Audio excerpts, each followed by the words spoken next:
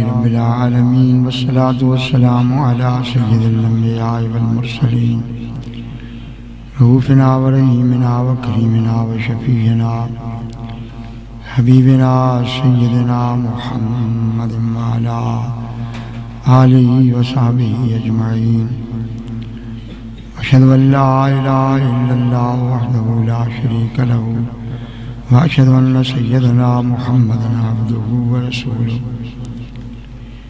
أشهد أنه صلى الله عليه وسلم بلغ الرسالة وأدى الأمانة وكشف الغمة ونفع الأمة ونفذ السنة أما بعد فأعوذ بالله من الشيطان الرجيم بسم الله الرحمن الرحيم ولا تقولوا لمن يقتل في سبيل الله أموات بل أحياء ولكن لا تشعرون وقال النبي صلى الله تعالى عليه وسلم لوددت أن أقتل في سبيل الله ثم أحيا ثم أقتل ثم أحيا ثم أقتل في سبيل الله صدق الله العظيم وصدق رسوله النبي الكريم إن الله وملائكته يصلون على النبي يا أيها الذين آمنوا صلوا عليه وسلموا تسليما الصلاة والسلام عليك يا سيدي يا رسول الله وعلى آلك وأصحابك يا سيدي يا حبيب الله اللہ تعالیٰ جل وعلا شانہ نے ارشاد فرمایا لا تقولوا لمن يقتل في سبيل الله اموات، نہ کہو ان لوگوں کو جو اللہ تعالیٰ کے راستے میں قتل کیے گئے کہ وہ مردہ ہے، انہیں کوئی مردہ نہ کہے، بل احیاء، بلکہ وہ بہت زندہ ہے، زندہ ہیں، ولکن لا تشعرون، لیکن ان کی حیات کا ادراک تم اپنے عقل سے نہیں کر سکتے،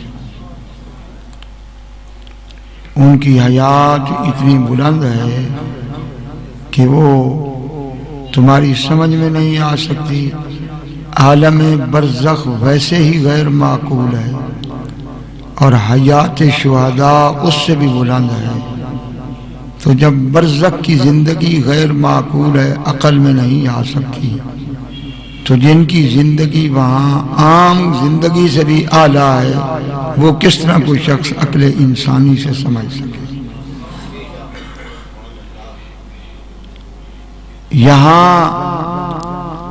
زبان سے انہیں مردہ کہنے سے منع کر دیا، لہذا جو شہید کو مردہ کہے تو وہ اس آیت قرآنی کا اگر عقیدتاً کہے تو انکار لازم آئے گا، ورنہ بہت بڑی جہالت ہوگی کہ اللہ تعالیٰ نے یہ پابندی زبان پر لگا دی ہے کہ شہید کو مردہ نہ کہو۔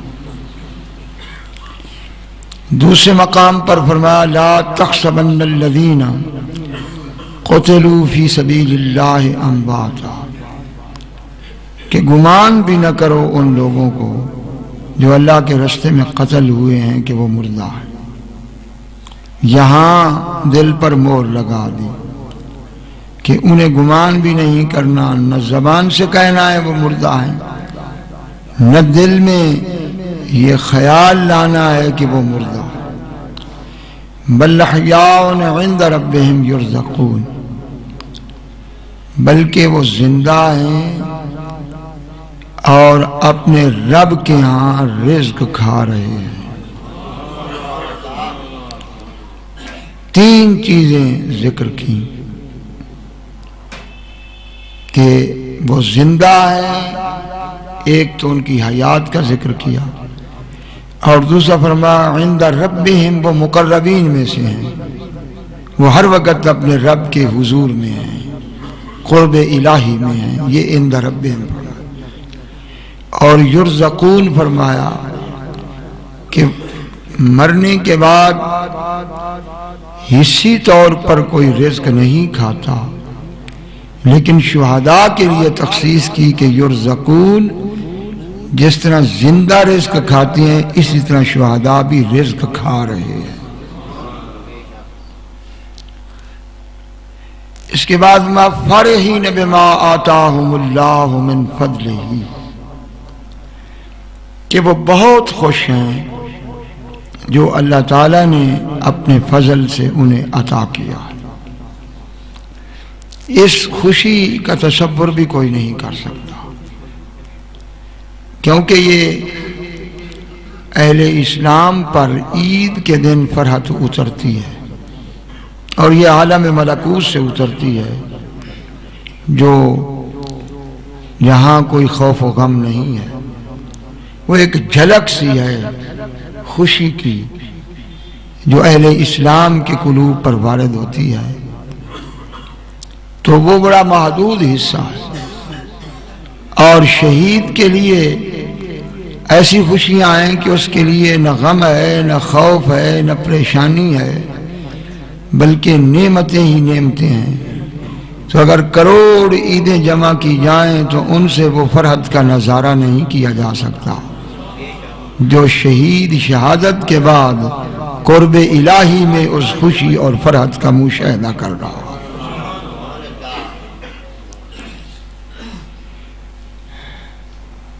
وَيَسْتَبْشِرُونَ بِالَّذِينَ لَمْ يَلْحَقُوا بِهِمْ مِنْ خَلْفِهِمْ اللہ خوف علیہم ولا ہم یحزنون، اور وہ خواہش کر رہے ہیں کہ ان کی طرف سے بشارت ہو، خوشخبری ہو ان لوگوں کے لیے جو جام شہادت نوش نہیں کر سکے، پیچھے رہ گئے۔ کوئی ان کو کیا خبر کہ وہ زندگی اور یہ زندگی کیا ہے، تو شہید کہہ رہے ہیں کہ یستبشرون بالذین لم یلحقوا بہم من خلفہم، کہ وہ چاہتے ہیں کہ خوشخبری ہو انہیں جو ابھی ہم سے لاحق نہیں ہوئے، کہیں دھوکے میں نہ رہ جائیں کہ گردن کٹانے سے سلسلہ حیات منقطع ہو جائے گا، بلکہ انہیں پتہ ہونا چاہیے کہ وہ کیا زندگی ہے۔ زندگی تو یہ ہے جس میں ہم پاؤں۔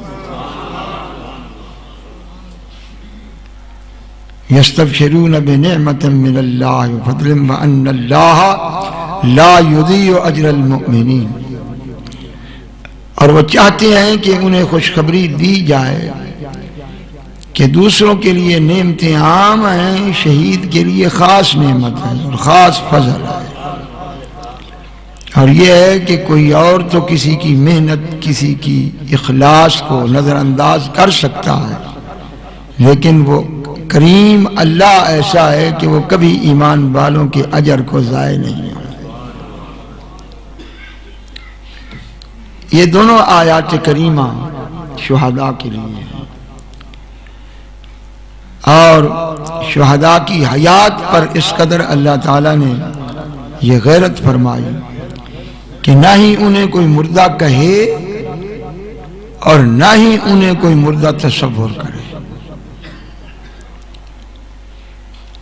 حدیث پاک میں ہے، غالباً مسلم شریف کی حدیث ہے کہ 70 شہدائے احد جب احد میں شہید ہوئے اور اللہ تعالیٰ نے ان کی روحوں کو اپنے قرب میں عرش عظیم پہ رکھا، تو وہ جنت سے رزق کھاتی ہیں اور جنت کی نہروں سے وہ پانی پیتے تھے۔ تو انہوں نے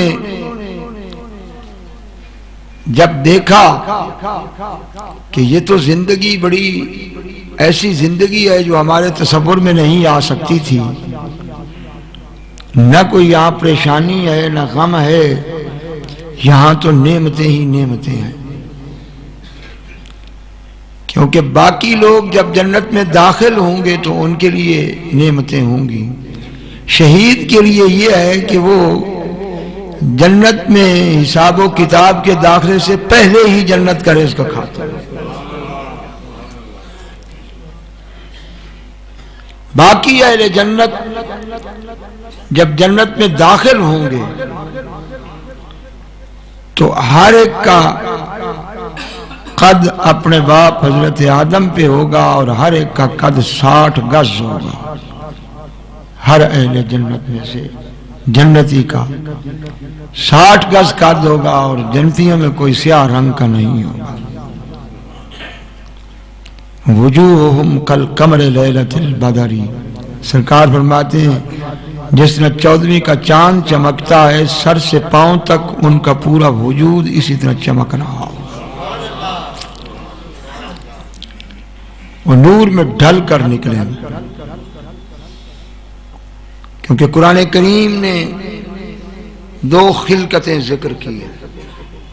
ایک خلقت یہ ہے جو خلقت مادی ہے، جس سے انسان کی تخلیق مٹی اور نطفے سے ہوئی، پانی سے ہوئی۔ یہ نشأت اولا ہے جس کا قرآن نے ذکر کیا ہے۔ چونکہ یہ میٹیریل اور مادیت سے اس کی تخلیق ہوئی ہے، اس لیے اس کی غذا بھی مادیت ہے اور اسی سے اس کی جسمانی تندرستی اور صحت ہے۔ اور جب موت آئے گی تو اس کے بعد قرآن کریم نے ایک نشأت ثانیہ کا ذکر کیا۔ قل سیروا فی الارض فانظروا کیف بدأ الخلق، اے محبوب آپ فرما دیں کہ خدا کی زمین میں پھرو اور غور کرو کہ اس نے خلق کی ابتدا کیسے کی ہے۔ ثم اللہ ینشئ النشأۃ الآخرہ، فرمایا اس کے بعد اللہ تعالیٰ تمہیں ایک نئی خلقت دے گا۔ اس کو نشأۃ الاخری کہا، ثانیہ نہیں کہا، کیونکہ ثانیہ وہاں ہوتا ہے جہاں ثالث ہو، جہاں تیسرا نہ آئے عدد وہاں اخری ہوتا ہے۔ تو فرمایا ثم اللہ ینشئ النشأۃ الاخری، اس لیے جمادی الثانی کہنا زیادہ درست نہیں، جمادی الاخر کہنا اور اخری کہنا یہ زیادہ بہتر۔ فرمایا پھر اللہ تعالیٰ ایک دوسری نشأت دے گا۔ تو قرآن کریم نے اس پہ بہت خوبصورتی سے اس مسئلے کو واضح کیا کہ یہ جو نشأت اخری ہے، دوسری خلقت ہے، اس کا خمیر کیا؟ اس پہلی خلقت کا خمیر تو نطفہ ہے۔ تو انسان خلق من الماء بشرا فجعلہ نسبا وصہرا، کہ یہ تو پانی ہے، نطفہ ہے جو خمیر ہے، جس کو اللہ تعالیٰ نے ماں کے پیٹ کے اندر یخلقکم فی بطون امہاتکم خلقا من بعد خلق فی ظلمات ثلاث، کہ ماں کے پیٹ میں 3 پردوں سے وہ پلٹ پلٹ کر تمہیں ولادت تک پہنچاتا ہے۔ نطفے کو خون میں بدلا، خون کو لوتھڑے میں بدلا، لوتھڑے پہ ہڈیاں لگائیں، ہڈیوں سے گوشت بنا، گوشت پر چمڑا چڑھا، یہاں تک برابر ہے۔ اور اس کے بعد اللہ تعالی جس کی جو صورت چاہتا ہے اس کو وہی صورت عطا فرما دیتا ہے۔ فتبارک اللہ احسن الخالقین، یہ ہے نشأت اولا۔ نشأت ثانیہ کا خمیر جو قبروں سے اٹھیں گے اور یہ وجود بدلا ہوا ہوگا، قد و قامت یہ نہیں ہوگی۔ کچھ تو وہ ہوں گے کہ 14ویں کے چاند کی طرح سر سے پاؤں تک ان کا وجود چمک رہا ہوگا، اور اس کا ذکر اللہ تعالیٰ نے قرآن کریم میں فرمایا سورہ الحدید 27ویں پارے میں کہ یوم لا یخزی اللہ النبی والذین آمنوا معہ نورہم یسعی بین ایدیہم، کہ اس دن اللہ شان ظاہر کرے گا اس اونچے شان والے نبی کی اور ان کے غلاموں کی جو ایمان کے ساتھ اس نبی کے دامن میں آئے کہ یسعی نورہم بین ایدیہم و بایمانہم، کہ حد نگاہ تک نور ان کے چہروں سے اور ان کے بازوؤں سے بھاگ رہا ہوگا، جس طرح انتہائی ہیوی بیم لائٹ آپ لگائیں اور میلوں تک کنسنٹریٹ کر کے اس کی لائٹ جاتی ہے، تو اس کی بھی اتنی لائٹ نہیں ہوگی جتنی ہر غلام نبی کے چہرے اور بازوؤں اور پاؤں سے وہ نور نکل رہا ہو۔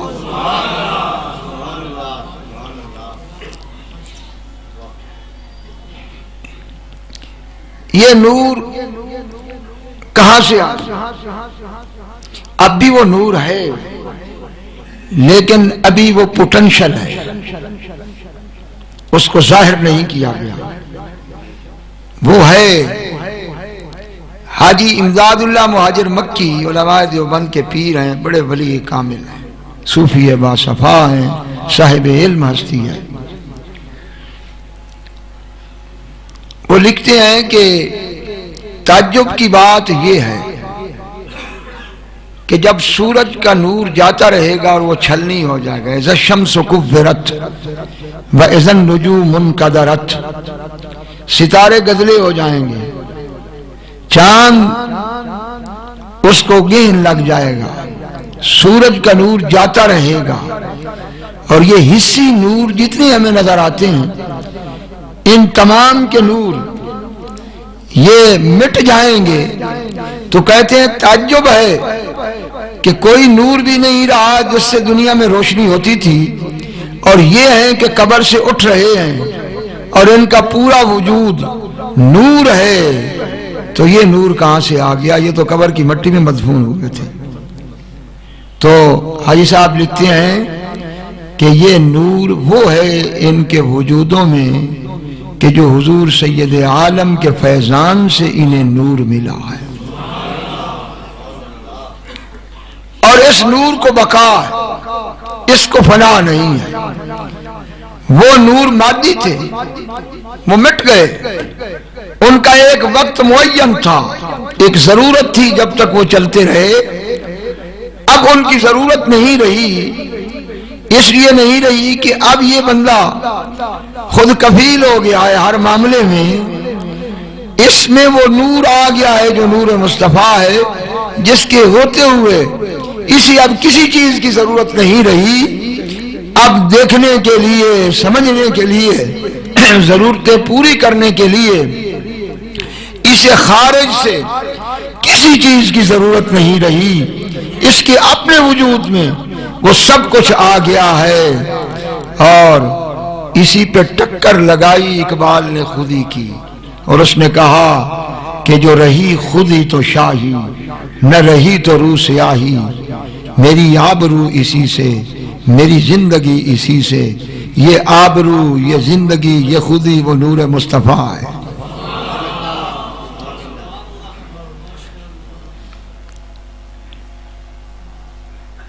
اور یہ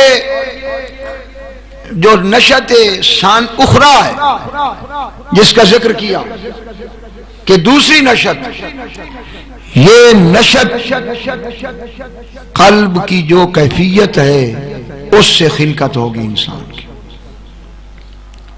جس کا دل نور ایمان سے مصفا ہے، مزکا ہے، تو کل قیامت کے دن اس کا پورا وجود اسی میں ڈھل کر نور ہی نور ہوگا۔ اور جس کے دل کے اندر نور قرآن نہیں ہے اور ایمان کا نور نہیں ہے، تو وہ اس قدر سیاہ وجود کے ساتھ اٹھے گا کہ کأنما، قرآن نے کہا کأنما اغشیت وجوہہم قطعا من اللیل، کہ جس طرح سخت تاریک رات کا ٹکڑا کاٹ کر کسی پر ڈال دیا جاتا ہے، اس طرح ان کے چہرے اور ان کے وجود سیاہی مائل ہوں گے۔ یہ لوگ اپنے حساب و کتاب کے بعد جنت میں داخل ہوں گے، جو اہل جنت ہیں، جبکہ شہید شہادت پاتے ہی اپنا مقام جنت میں دیکھ لیتے ہیں۔ ان کی زندگی کے متعلق بخاری شریف میں ہے کہ جب یہ لوگ جنت میں داخل ہو جائیں گے تو ینادی منادن، ایک ندا کرنے والا یہ ندا کرے گا، اور وہ یہ ندا یہ ہوگی کہ الا ان لکم من تشبوا ولا تحرموا ابدا، کہ اہل جنت سنو، آج کے دن کے بعد تم ابد تک نوجوان رہو گے، اب کبھی تم پر بڑھاپا طاری نہیں ہوگا۔ حالانکہ جوانی ہر ایک ڈھونڈ رہا ہے، بیچارے اہل عرب کہتے تھے لیت الشباب یعود ولا یعود، ہائے کاش جوانی واپس آئے مگر کسی کی آئی نہیں ہے۔ تو بوڑھے بھی زمین میں جھک کر اپنی جوانی ڈھونڈ کر پچھلی یادیں تازہ کر رہے ہیں، پھر رہے ہیں۔ وہی انسان کی زندگی کا حصہ ہے جس میں کوئی انسان کام کر سکتا ہے۔ یہ پہلی ندا کہ اب ہمیشہ تم شباب میں رہو اور کبھی تم پر بڑھاپا طاری نہیں ہو۔ دوسری ندا آئے گی کہ ان لکم ان تصححوا ولا تسکموا ابدا، کہ اب تک تمہیں کسی قسم کی کوئی بدنی مرض نہیں ہوگی، تم ہمیشہ تندرست رہو گے۔ کیونکہ انسان تندرست نہ ہو تو کسی چیز میں لطف نہیں ہوتا، ٹھیک ہے نا۔ سر کا درد اگر سر چڑھ جائے تو نہ وظیفے کر سکتا ہے نہ کوئی اور چیز سامنے پسند آتی ہے۔ تو معمولی تکلیف انسان کے لیے منتشر کر کے رکھ دیتی ہے اس کے قوا کو اور اس کی صلاحیتوں کو خابیدہ کر کے رکھ دیتی ہے۔ تو یہ دوسری نعمت ہوگی، اعلان ہوگا کہ اب تم ہمیشہ تندرست رہو گے، کبھی تم بیمار نہیں ہوگے۔ تیسری ندا آئے گی ان لکم من تختنوا ولا تیبسوا ابدا، کہ اب ہمیشہ کے لیے تم غنی غنی رہو گے، کبھی تمہیں یہ کسی نعمت کی کمی نہیں رہے گی۔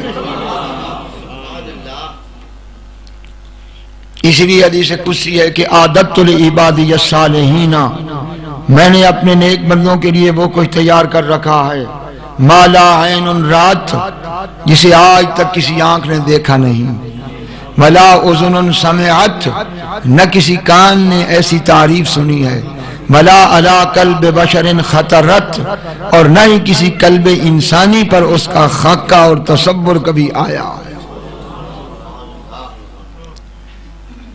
تو اگر ان چیزوں کا ہمیں پتہ ہو تو کیوں بددیانتی کریں، حرام مال جمع کریں، کتے کی طرح حریص کہ ادھر سے ادھر سے، حلال سے حرام سے، جہاں سے آ رہا، تیرے پیٹ کو چند لقمے بھر سکتے ہیں تو کیا اس کو کرے گا۔ سیدنا امام عالی مقام نے ساری رات 10 محرم کو آپ نوافل میں قرآن کریم کی تلاوت فرماتے ہیں، اور نصف شب کے بعد آپ اپنے خیمے میں آئے اور اپنی تلوار کو نکالا اور اس کو صاف کرنے لگے، اور اس کے ساتھ آپ نے اشعار پڑھے، جن اشعار کو سن کر پورے خیمہ کی جو باپردہ خواتین تھی ان کی چیخیں نکل گئیں کہ ان کانت الدنیا تعود نفیسۃ فإن ثواب اللہ اعلی وانبل۔ فرمایا اگرچہ دنیا بظاہر بڑی میٹھی ہے اور عمدہ ہے، لیکن یہ ان کے لیے ہے جنہیں یہ خبر نہیں کہ میرے رب کے اجر کی کیا شان ہے۔ اگرچہ دنیا بڑی نفیس نظر آتی ہے، ان کانت الدنیا تعد نفیسۃ فَإِنَّ ثَوَابَ اللَّهِ أَعْلَىٰ وَأَنبَلُ، جن کی نگاہ اس اجر پر ہے جو اللہ کا ثواب ہے، ان کے نزدیک یہ دنیا کچھ بھی نہیں۔ حضرت علی کرم اللہ وجہ الکریم جیسا فقر کس نے کمایا؟ آپ ساری رات روتے تھے اللہ تعالیٰ کے سامنے اور اپنی داڑھی مبارک کو پکڑ کر فرماتے تھے اے دنیا، میں نے تجھے 3 طلاقیں دے دی ہیں، تو 3 طلاق کے بعد تو ہمیشہ کے لیے عورت حرام ہو جاتی ہے، جب میں نے تجھے ہمیشہ کے لیے اپنے اوپر حرام کر دیا ہے تو پھر تو کیوں بن سنور کر میرے سامنے آتی ہے؟ وَإِن كَانَتِ الْأَبْدَانُ نَشَطَتْ لِمَوْتِهَا فَقَتْلُ امْرِئٍ فِي اللَّهِ بِالسَّيْفِ أَفْضَلُ۔ فرمایا اور اگر یہ بدن صرف اس لیے ہم پال رہے ہیں کہ انہوں نے موت کا لقمہ ہونا، موت کے لیے ہی پال رہے ہیں، کیا موت سے بچ سکیں گے؟ تو فرمایا جب موت کے لیے ہی یہ بدن ہم پال رہے ہیں تو پھر موت کے سپرد کرنے کی بجائے کیا تلوار سے رب کے نام پر اس گردن کٹانا بہتر نہیں ہے کہ موت کو دیں یا رب کو دے دیں؟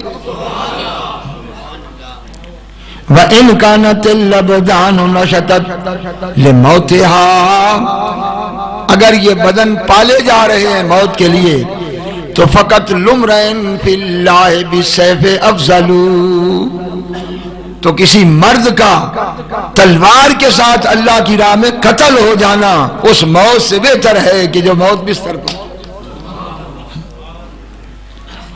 وَإِن كَانَتِ الْأَرْزَاقُ قَدْرًا مُقَدَّرًا، فرمایا اور اگر رزق اتنا ہی ملے گا جتنا میرے مالک نے لکھ دیا ہے، وہی ملنا ہے جب ایمان ہی ہے کہ ان کانت الارزاق قدرا مقدرا فقلت حرص المرء فی الاجمام اجمل، تو فرمایا پھر بندے کو حریص ہونے کی کیا ضرورت ہے؟ حرص کرے تو اس میں حرص کرے جو رب نے وعدہ کیا۔ تو مجھے فرمایا بڑا ہی اچھا وہ بندہ لگتا ہے کہ جو قلت حرص رکھتا ہے، اس لیے کہ اس کا ایمان ہے کہ ملنا تو وہی ہے جو میرے رب نے میرے لیے رزق لکھ دیا۔ حریص بننے سے کیا حاصل ہو؟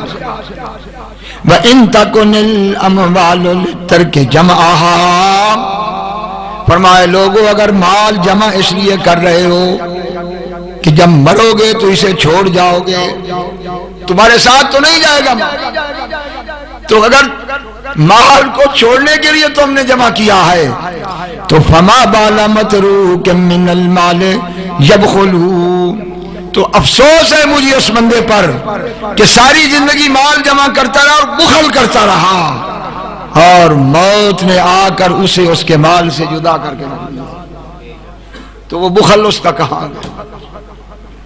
آپ نماز پڑھ رہے تھے، ایک فقیر نے آ کر ندا دی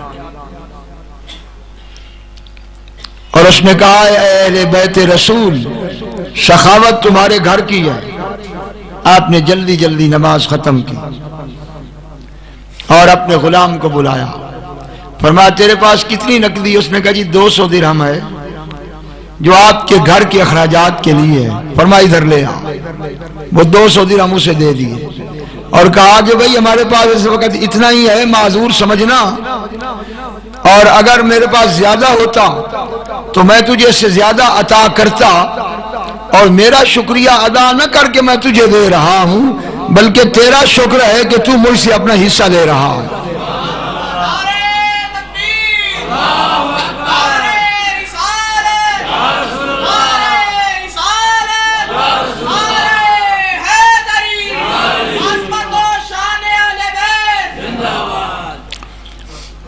تو اس نے وہ سخاوت لی اور گلیوں میں بآواز بلند یہ قصیدہ پڑھتا جا رہا تھا کہ مطہرون نکیات جیوبہن تجری الصلاۃ علیہم اینما ذکروا،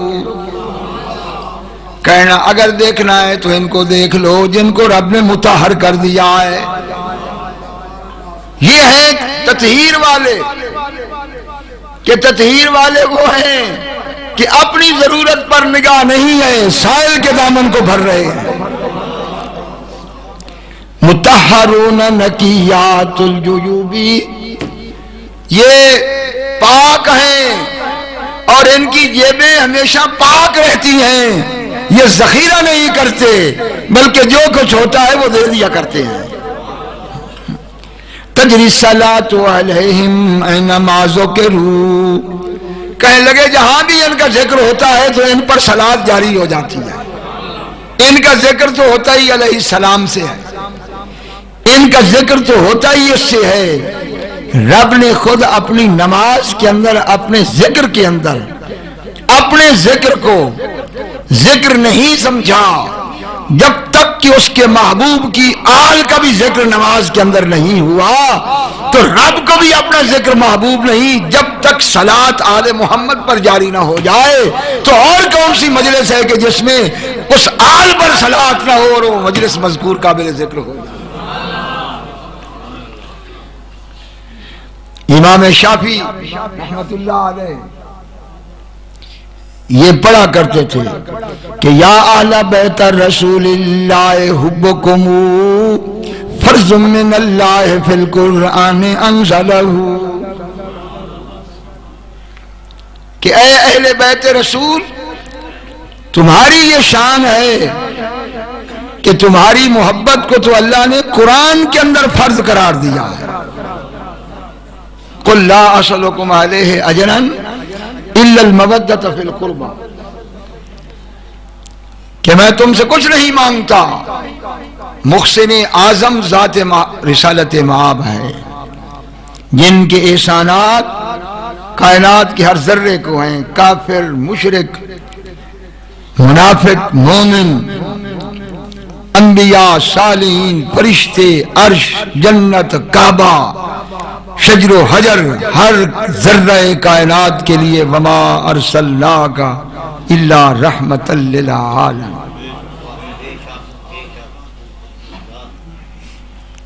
تو وہ فرما رہے ہیں میں تم سے اپنے احسان کا بدلہ نہیں مانگتا، صرف تم سے یہ مانگتا ہوں کہ میرے اقربا سے محبت کرو، جو میرے قریبی ہیں ان سے محبت کرو.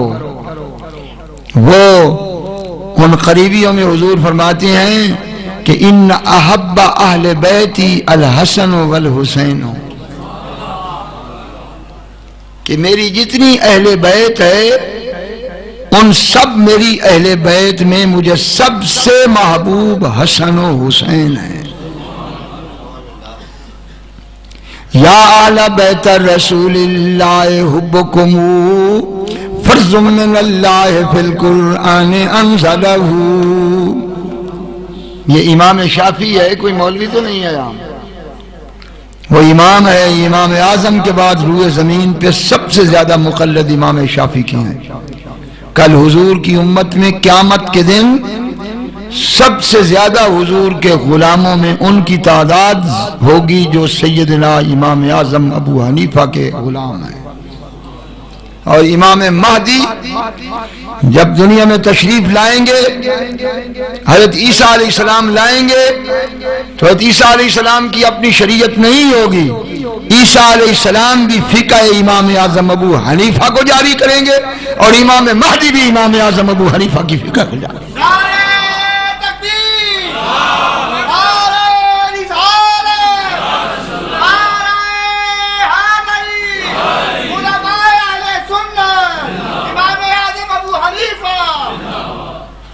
یا اہل بیت رسول اللہ حبکم فرض من اللہ فی القرآن انزلہ. فرمایا تمہاری محبت کو اللہ نے قرآن میں فرض کر دیا. تو فرض ہو تو جو فرض کو ادا نہ کرے تو اس کے نفلوں کا کیا ثواب. مجھے ایک سید صاحب نے بتایا کہ میں سیال شریف آیا، حضرت شیخ الاسلام خواجہ محمد قمر الدین کا زمانہ تھا. کہنے لگے میرے والد ایک اور بزرگ تھے، ان کے خلیفہ تھے، مجھے کسی کام کے لیے آپ نے بھیجا۔ میری عمر کہنے لگے کو 14-15 سال تھی، تو مجھے کوئی پتہ نہیں تھا کہ کسی بزرگ کی حاضری کے آداب کیا ہیں۔ وہ سید تھے، ویسے ہی شہزادے تھے، اور سید ہو، پیر کا بیٹا ہو۔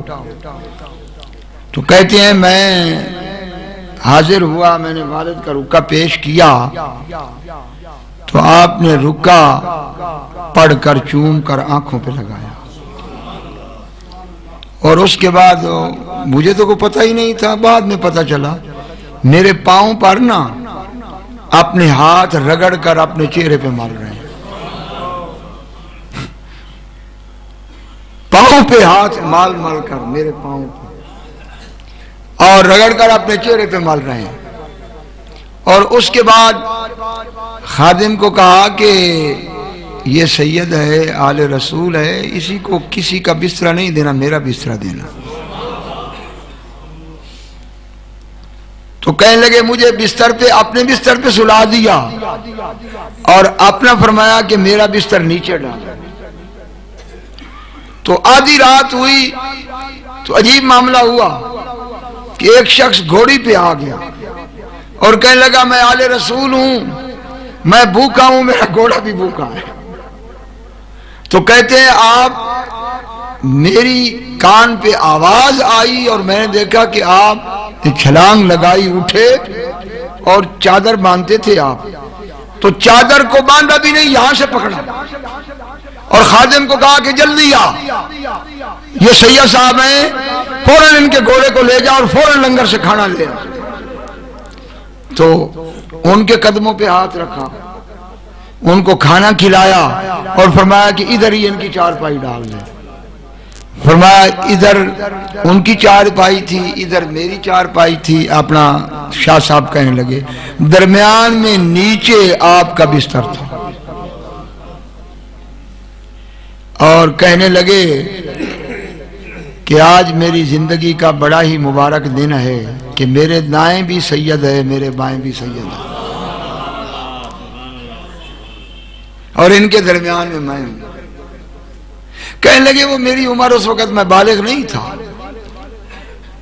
مگر اس ہستی کا کوئی تصور میرے دل میں ایسا بیٹھا کہ میں نے کسی پیر کی بیعت نہیں کی۔ کو 35 سال کی عمر میں میرا والد مجھے لے گیا، جہاں ان کی بیعت تھی وہاں لے گیا۔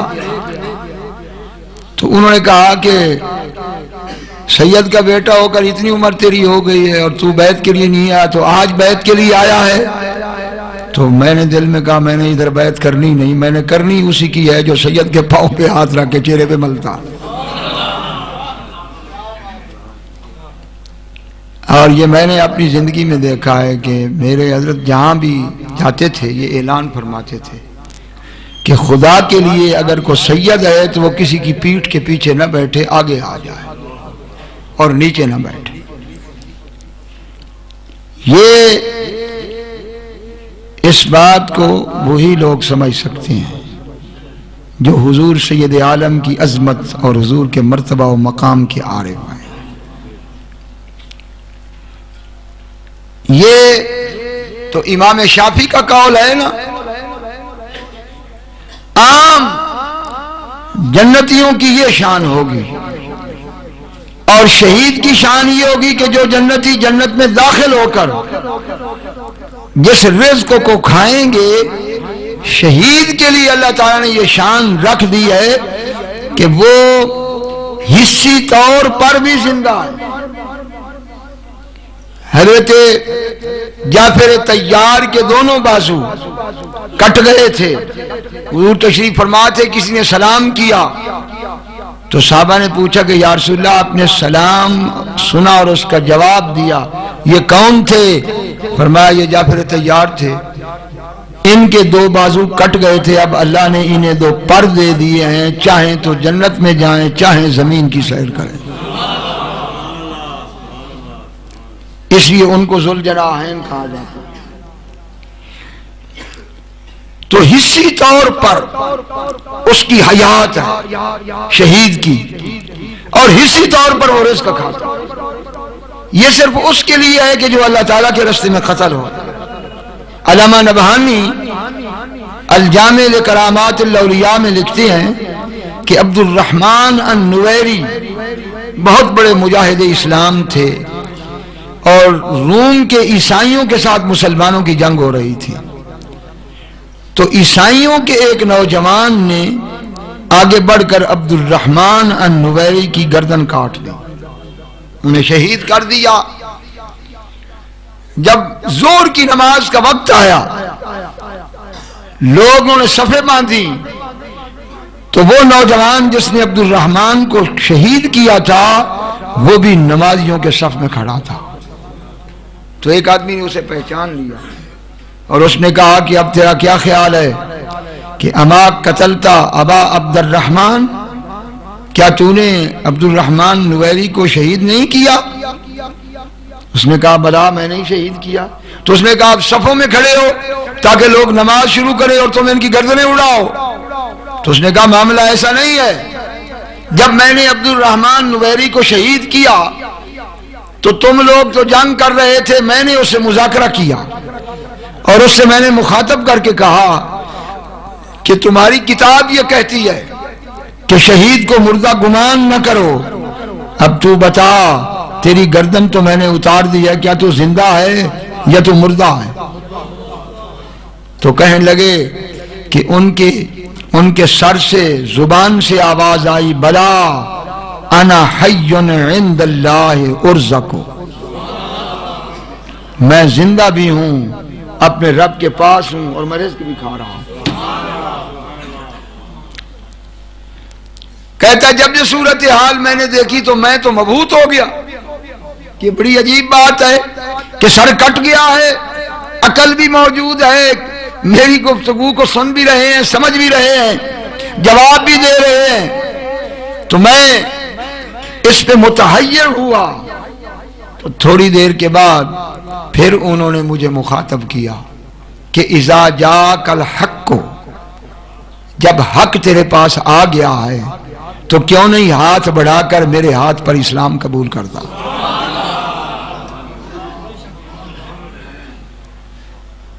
تو میں نے اسلمت علی یدی، تو ان کے ہاتھ میں نے ہاتھ دیا ہے اور انہوں نے مجھے مسلمان کیا، مجھے کلمہ پڑھایا ہے اور تلقین کی ہے کہ شریعت کا خیال رکھنا، میں اس لیے نماز کے اندر شامل ہو رہا ہوں کہ میں اب عیسائی نہیں رہا، مسلمان ہوں، اور مجھے جو اسلام دیا ہے وہ شہید ہونے کے بعد عبد الرحمن نویری نے اپنی زبان اور ہاتھ سے عطا کیا۔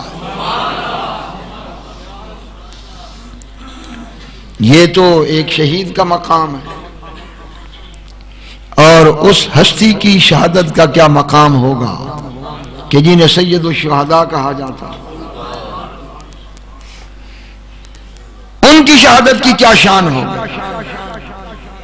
سیدنا امام علی مقام اور شہداء کربلا، ان کی شہادت بالکل تمام امت کے شہداء سے ایک جدا گانا حیثیت رکھتی ہے۔ یہ تو آپ پڑھتے سنتے رہتے ہیں، آج میں آپ کو بتاتا ہوں کہ ان کی جدا گانا شان کیا ہے۔ عام آدمی جب فوت ہوتا ہے تو اس کی روح علیین میں جاتی ہے، کلا ان کتاب الابرار لفی علیین، منافق کی روح سجیین میں ہے، ان کتاب الفجار لفی سجیین۔ صالحین جو ہیں ابرار، وہ فوت ہونے کے بعد ان کی روح مقام علیین میں ہے، اور شہید جو ہوتا ہے اس کی روح علیین سے اوپر نکل جاتی ہے، وہ حضیرت القدس میں رب العالمین کے قرب میں جاتی ہے۔ بل احیاء عند ربہم، وہ رب کے پاس ہے۔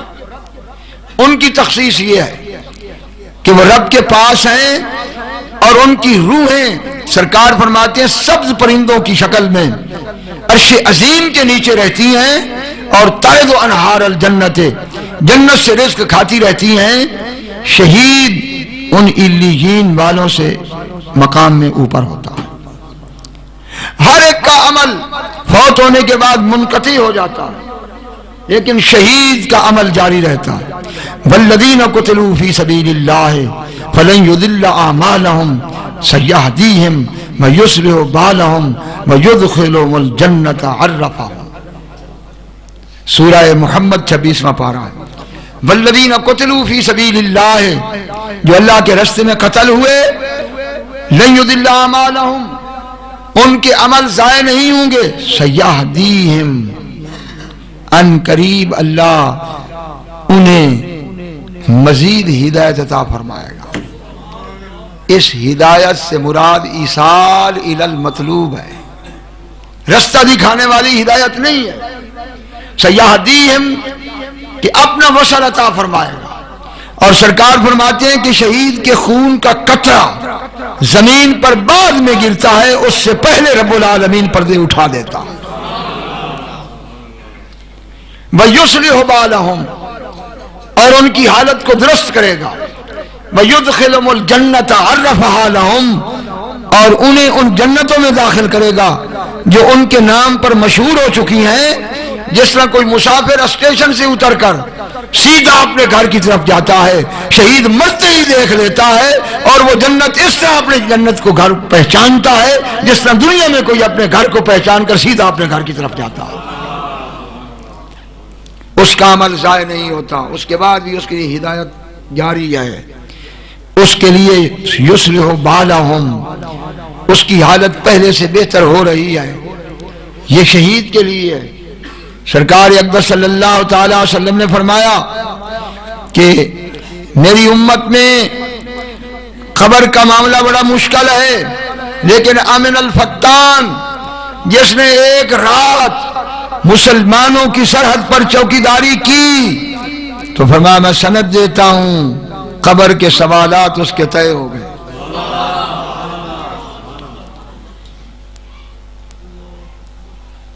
یہ شہداء کی شان ہے کہ وہ حصی طور پر زندہ ہیں اور انہیں رزق ملتا ہے۔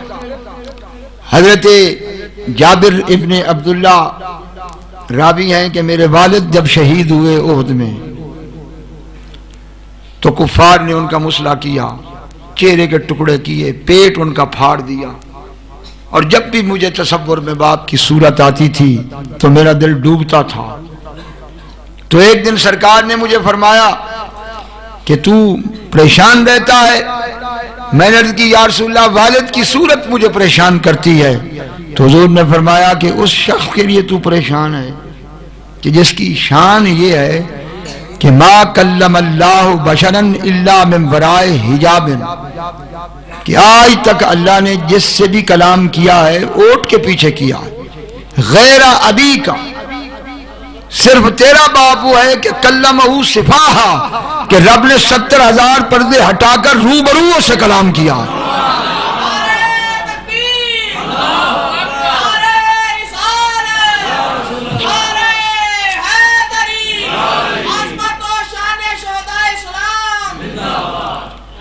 یہ ان ہستیوں کا مقام ہے، لیکن امام عالی مقام کی شہادت بالکل ان سے کوئی ممتاز شان ہے۔ اور اس کی دلیل یہ ہے کہ حضرت عبداللہ ابن عباس فرماتے ہیں کہ رأیت رسول اللہ صلی اللہ علیہ وسلم فی المنام سائر الراس، میں نے حضور کو دیکھا کہ آپ کے سر مبارک پر مٹی ہے اور آپ کی داڑھی مبارک مٹی سے بھری ہوئی ہے۔ تو میں نے کہا میرے ماں باپ آپ پر قربان ہوں یا رسول اللہ، یہ آپ کی کیا شان ہے جو میں دیکھ رہا ہوں؟ تو حضور نے فرمایا کہ ھذہ قارورۃ، یہ ایک شیشی ہے، لم ازل التقط دم الحسین و اصحابہ منذ الیوم، آج 10 محرم کی صبح سے لے کر ابھی تک میں حسین اور اس کے ساتھیوں کے خون کو جمع کرتا رہا۔ یہ وہ خون ہے جو میں نے جمع کیا ہوا ہے۔ تو شہید کی روح مقام علیین سے گزر جاتی ہے اور شہید کے لیے پردے اٹھ جاتے ہیں، لیکن کسی شہید کے لیے میں نے یہ نہیں دیکھا کہ اس کا خون بھی وہاں پہنچتا ہے، اور کسی کے لیے نہیں پڑھا کہ اس کے خون کو حضور نے جمع کیا ہو۔ یہ طہارت کی کمال ہے، یہ شہادت کی کمال ہے، اور یہ مرتبے کی کمال ہے کہ یہاں صرف بدن ہی شہید نہیں ہوا، یہاں روح ہی نہیں کہ جو اللہ کے قرب میں پہنچی ہے، وہ خون بھی وہاں پہنچا ہے جہاں روح پہنچی ہے، اور پہنچانے والا عام نہیں، دست مصطفیٰ ہے جو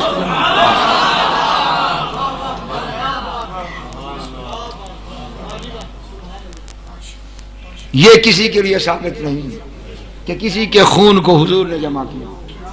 ان پردہ نشینوں پہ قربان دو عالم ہے،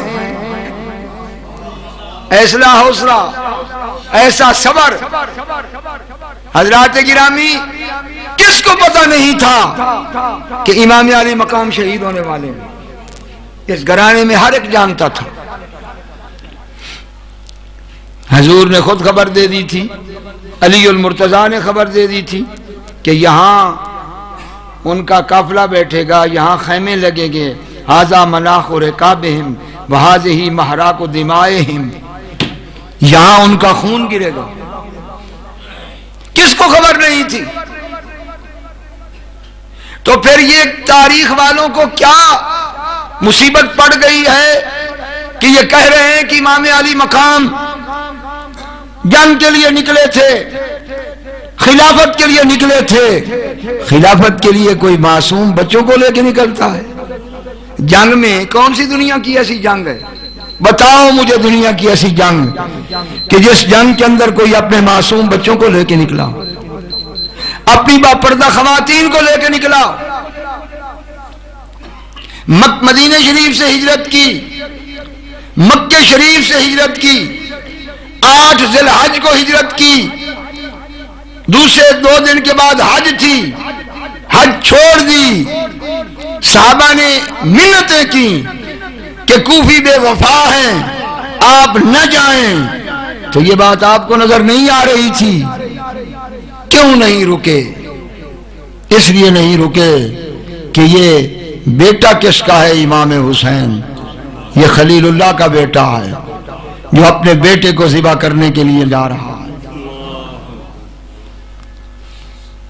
اگر پتہ ہوتا تو یہ نہ کرتے، پتہ ہوتا تو معصوم بچوں کو لے کے نہ چلتے، پتہ ہوتا تو ماں پردہ خواتین کو لے کے نہ چلتے۔ تو میں یہ پوچھتا ہوں کہ اگر بے علمی سے سفر یہ ہے تو مجھے یہ جواب دے، ابراہیم خلیل اللہ کو پتہ تھا کہ نہیں کہ بیٹے کو ذبح کرنے جا رہا ہوں؟ اسماعیل ذبیح اللہ کو نہیں پتا تھا کہ باپ مجھے کدھر لے جا رہا ہے؟ دونوں باپ بیٹے جانتے ہیں کہ اس بیٹے کو ذبح کرنے کے لیے جا رہے ہیں، تو کیوں نہیں رکے، کیوں نہیں ہٹے؟ بات یہ نہیں جیسے مورخ سمجھ رہا ہے، بات کچھ اور ہے۔ جس خلیل اللہ کو حکم تھا بیٹے کی قربانی دو، اسی رب کا حکم امام علی مقام کا تھا کہ ایک قربانی نہیں 72 کی قربانی دو۔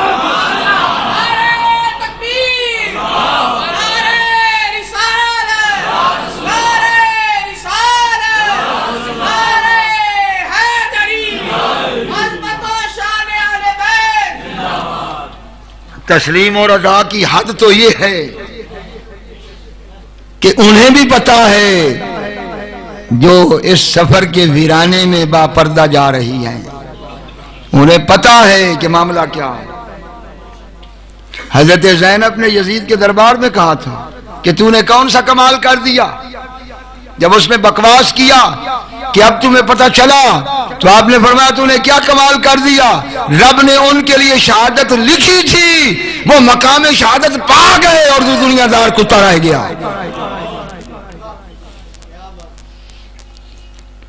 اور آپ نے کہا حضرت عبداللہ ابن عباس کو، لان اقتل فی مقام غیر الکعبۃ والمدینۃ احب الی، اگر میں مدینہ میں شہید ہوں اور کعبہ میں ہوں تو اس سے بہتر ہے کسی اور مقام میں شہید ہوں۔